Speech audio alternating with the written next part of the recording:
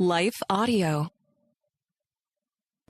Have you ever thought about the concept that what hurts you also hurts God? I don't know if you've ever thought about that, but when I truly understood that, it was life-changing for me. When I thought about the past hurts, the things I had experienced in childhood, the things that had been traumatic events for me, where I always felt like, man, God, where were you? Instead, if we can understand this perspective of what hurts God's people, hurts him because he is connected to us, it changes things for us. So we're going to be looking at that today in Psalm 83. Stay tuned. After a word from our sponsor, we're going to dive right in. The greatest red carpet you'll ever walk is through your front door. We're Dr. Josh and Christy Straub, marriage and leadership coaches and hosts of the Famous at Home podcast. With a realistic, grace-filled look at the struggles families face today, we cover topics designed to help you become a rock star under your roof, set healthy rhythms between work and home, and build a rock-solid marriage. To listen now, go to lifeaudio.com or search Famous at Home on your favorite podcast platform. Hey friends, welcome to the Hearing Jesus podcast. Do you sometimes doubt if you're truly hearing God's voice or if it's really your own? And how do you know the difference? Do you ever struggle to feel confident in your relationship with God and what He says in His Word? Do you sometimes feel stagnant or like maybe you hit a wall in your spiritual life? Hey, I'm your host, Rachel Grohl, missionary, author, pastor, and life coach, and I have been there. I too was doubting God's voice in my own life. I felt insecure about my relationship with Him, and I wanted to be obedient to what God was calling me to do, but I wasn't quite sure how to figure out what that was. I felt like I was wasting time trying to figure it out, and I just wanted a way to understand His will for my life. The answer for me was found in the pages of the scriptures, as I learned how to understand what they were actually saying. If you're ready to grow in your faith and to step confidently into the calling God has for you, then join me as we dig deep into God's Word so that you can learn to live out your faith in your everyday life. Hey everyone, welcome back to the Hearing Jesus podcast. I'm your host, Rachel Grohl. Today we are in Psalm 83. I'm going to be starting in verse 1. I'm reading from the NIV. And if you're just joining us, we are going through a devotional reading of one psalm each day in an effort to really understand the heart of the psalms, the emotion, the humanity, the connection to God that we see, because Jesus and the disciples quoted this book more than any other book when they were speaking about it in the New Testament. So starting at verse 1, it says, O God, do not keep silent, be not quiet. O God, be not still. See how your enemies are astir, how your foes rear their heads. With cunning they conspire against your people. They plot against those you cherish. Come, they say, let us destroy them as a nation. Let the name of Israel be remembered no more. With one mind they plot together. They form an alliance against you. The tents of Edom and the Ishmaelites of Moab and the Hagrites, Gebal, Ammon, Amalek, Philistia, and the people of Tyre. Even Assyria has joined them to lend strength to the descendants of Lot. Do to them as you did to Midian, as you did to Sisera and Jabin at the river Kishon, who perished at Endor and became like refuse on the ground. Make their nobles like Oreb and Zeb, all their princes like Zebah and Zalmunna, who said, let us take possession of the pasture lands of God. Make them like tumbleweed, O my God, like chaff before the wind. As fire consumes the forest, or a flame sets the mountains ablaze, so pursue them with your tempest and terrify them with your storm. Cover their faces with shame, so that men will seek your name, O Lord. May they ever be ashamed and dismayed. May they perish in disgrace. Let them know that you, whose name is the Lord, that you alone are the Most High over all the earth. So Psalm 83 is one that is the last of the Asaph Psalms. So we have been talking about some of these Psalms that are peppered throughout that Asaph wrote. And this is the final one of what's called the Elohistic Psalter, and essentially that means Elohim is how they referred to God. And this would be considered a national lament, meaning it's describing some of the historical enemies of Israel, and Israel's enemies are essentially God's enemies too, and the psalmist is praying that they may be put to shame and humiliation, and then acknowledge that Yahweh alone is God, the Most High over all the earth. And so the key themes that we're going to see is that the Lord alone is the Most High God. We're going to see that shame is a constraint on sinful behavior, and that the people of God are the ones that God has trusted to keep God's reputation upholded. And there is a sense of, as believers, we are agents of God. And so we hold his reputation on our backs by our behavior. And so I think even though there's a lot of names and places and things in this psalm that are sometimes hard for us to get through, there's this undercurrent of understanding that what hurts us also hurts God. And that's what we're going to point out as we keep going. There's some referring back to the time of the judges, the period of Israel's history when there was judges. And there's an understanding that there was some unsuccessful attempts to exterminate really the nation of Israel. And that was, the enemy's plan as God's chosen remnant of people. The enemy was trying to exterminate them. And so we see some of that. We hear some of that throughout the psalm. There's a list here of the different enemies that impacted Israel's history. And so you have this list, and then it ends with Assyria.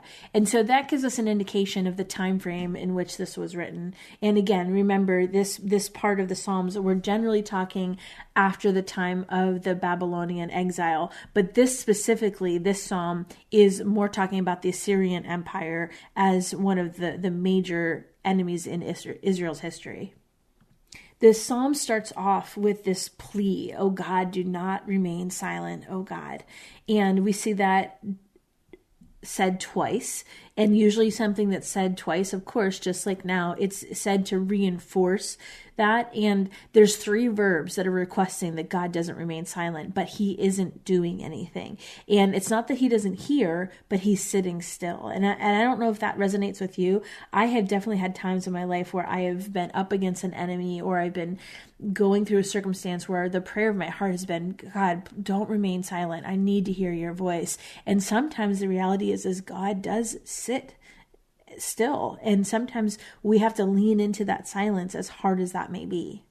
And then, of course, the prayer of the psalmist in verse 2, he's saying, your enemies, your foes.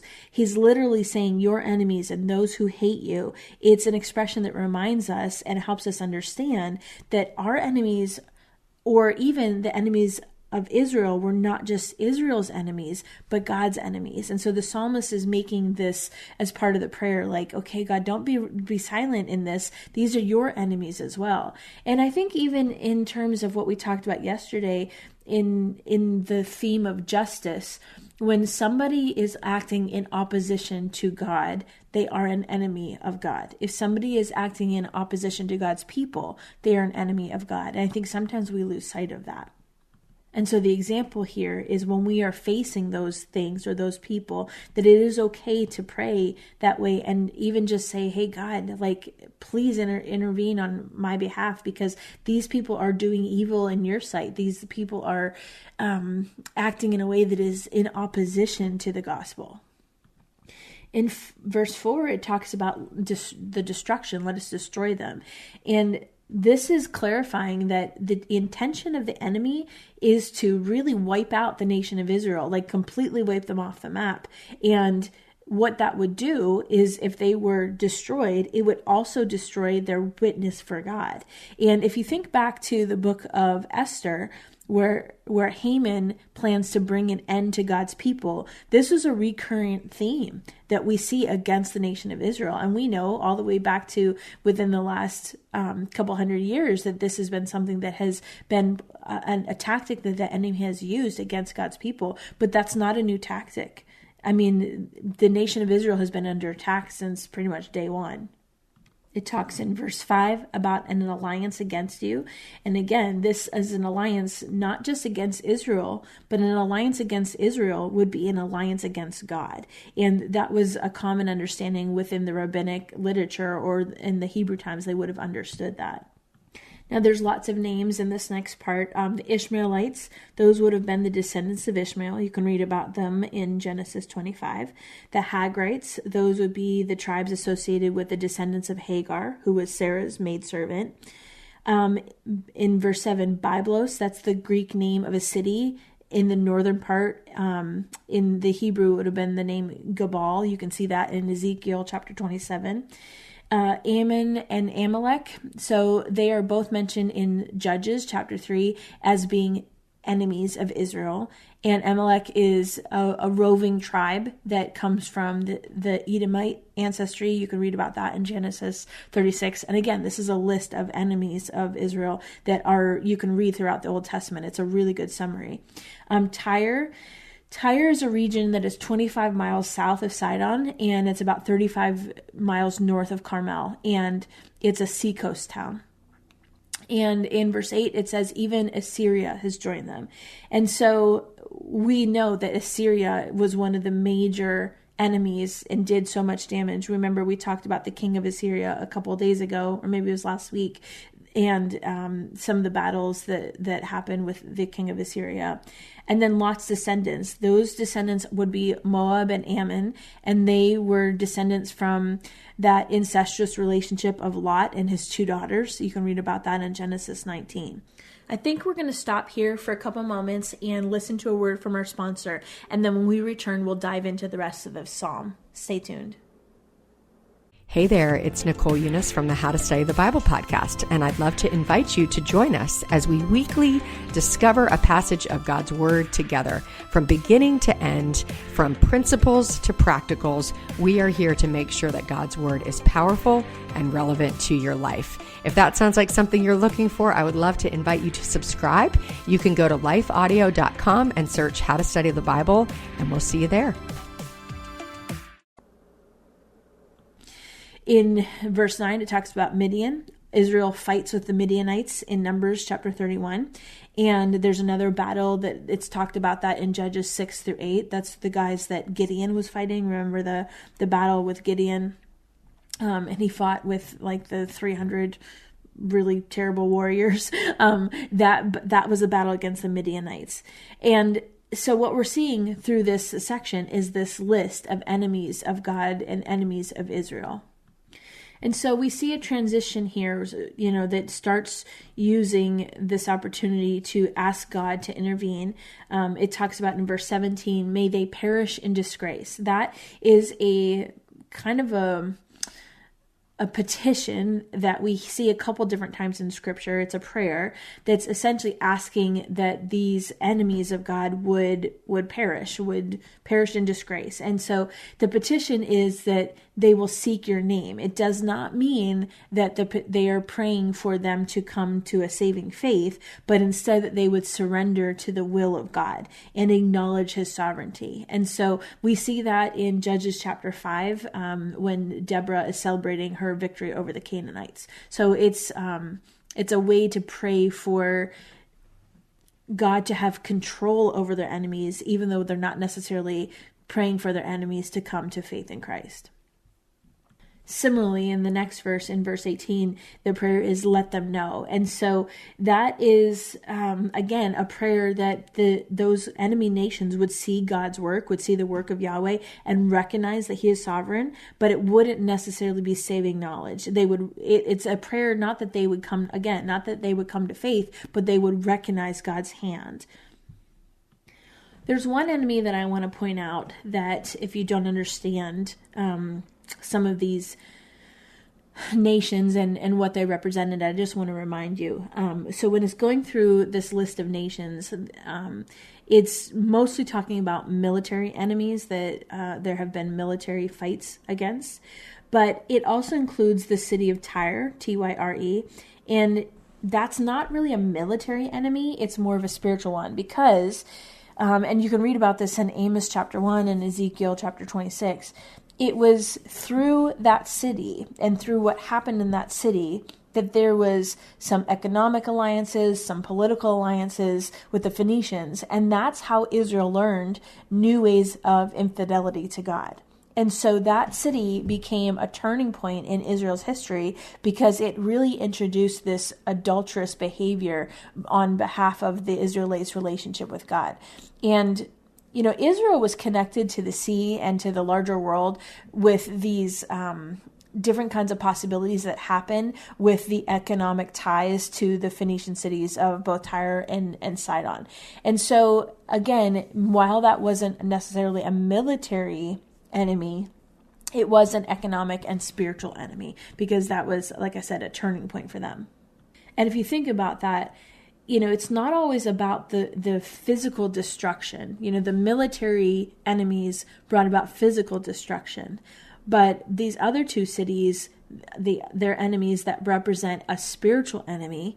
And that sometimes, in the case of Israel, essentially was the bigger factor in determining their behavior.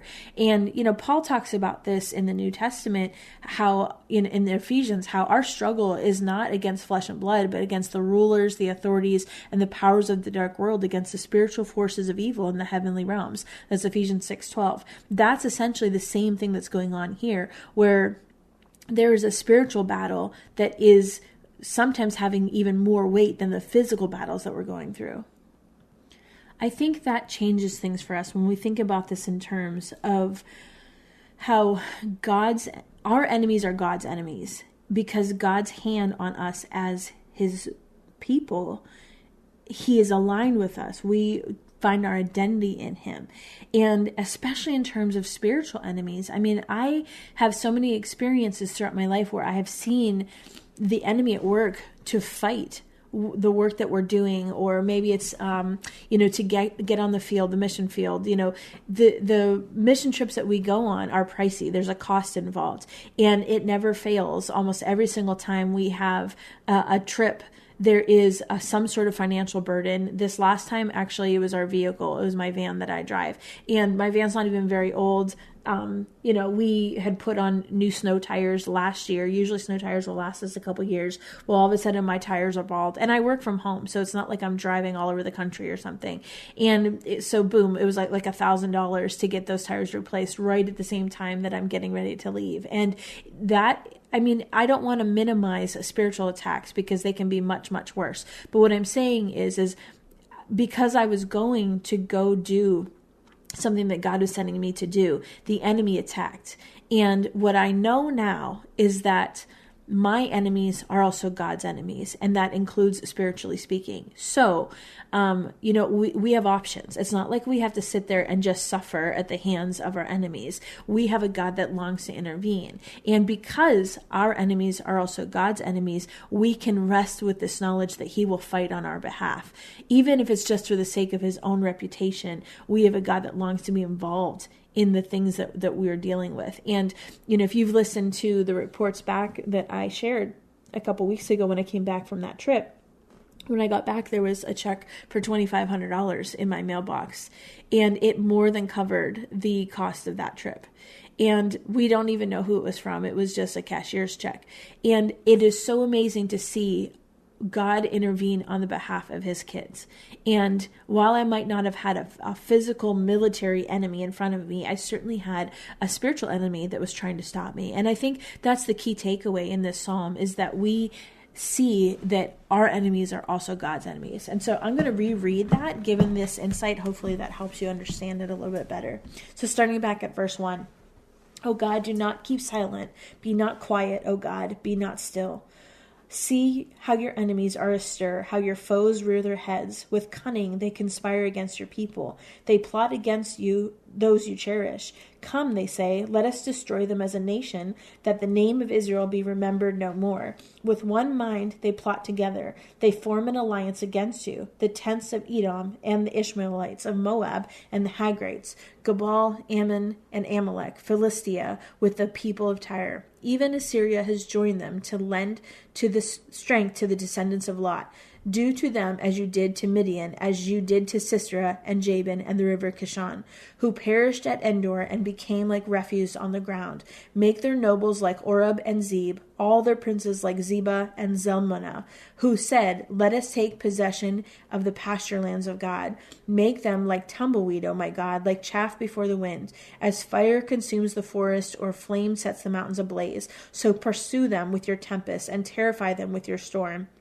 Cover their faces with shame, so that men will seek your name, O Lord. May they ever be ashamed and dismayed. May they perish in disgrace. Let them know that you, whose name is the Lord, that you alone are the Most High over all the earth. Father God, we thank you for the ability to see your hand at work in the lives of the Israelites and in our lives today. God, help us to recognize that our enemies are your enemies, and that when we are pursuing you with a heart geared towards righteousness and pleasing you, God, that the enemies that stand in our way are standing in your way. God, help us to for that to resonate with us in our hearts, even if it's not physical enemies, but spiritual enemies, God, that we would recognize that we do not fight these battles alone, but that you fight on our behalf alongside of us. So God, I pray for my friend today that is facing a spiritual battle, an emotional battle, an economic battle, or even a physical battle. God, I pray that you would remind them that through your Spirit that you are there. Your word says that your Holy Spirit is the comforter. So I ask for the comforter to be there, that you would fight on our behalf, and that we would not keep you out of the fight, but that we would invite you in, because you long to meet us where we're at. I pray that you would meet the need of my friend today, wherever their need is.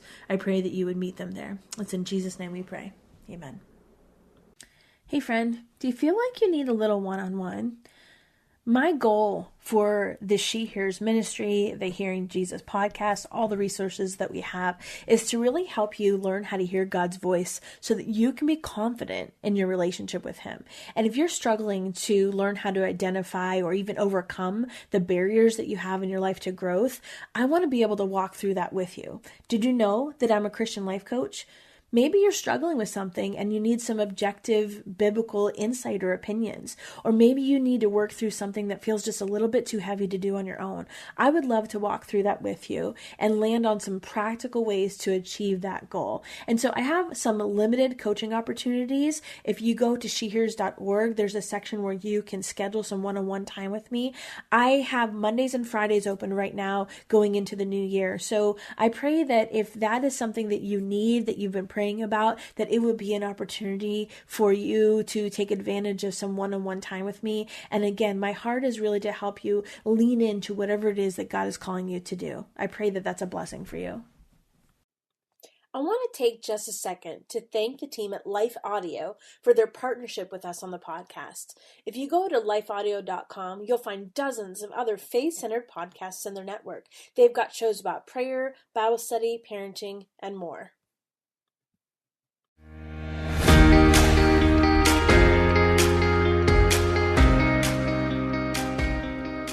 Hey friends, if this podcast helped encourage, empower, or equip you for God's call in your life, I would love it if you would head over to Apple Podcasts and leave me a review. That's the #1 way you can support my show. You can also join our free Facebook community or Instagram page where I share inspirational tips, resources, and prayer throughout the week. Hey, I want you to know I'm praying for you this week. Know that you are loved, you are cherished, and you are His.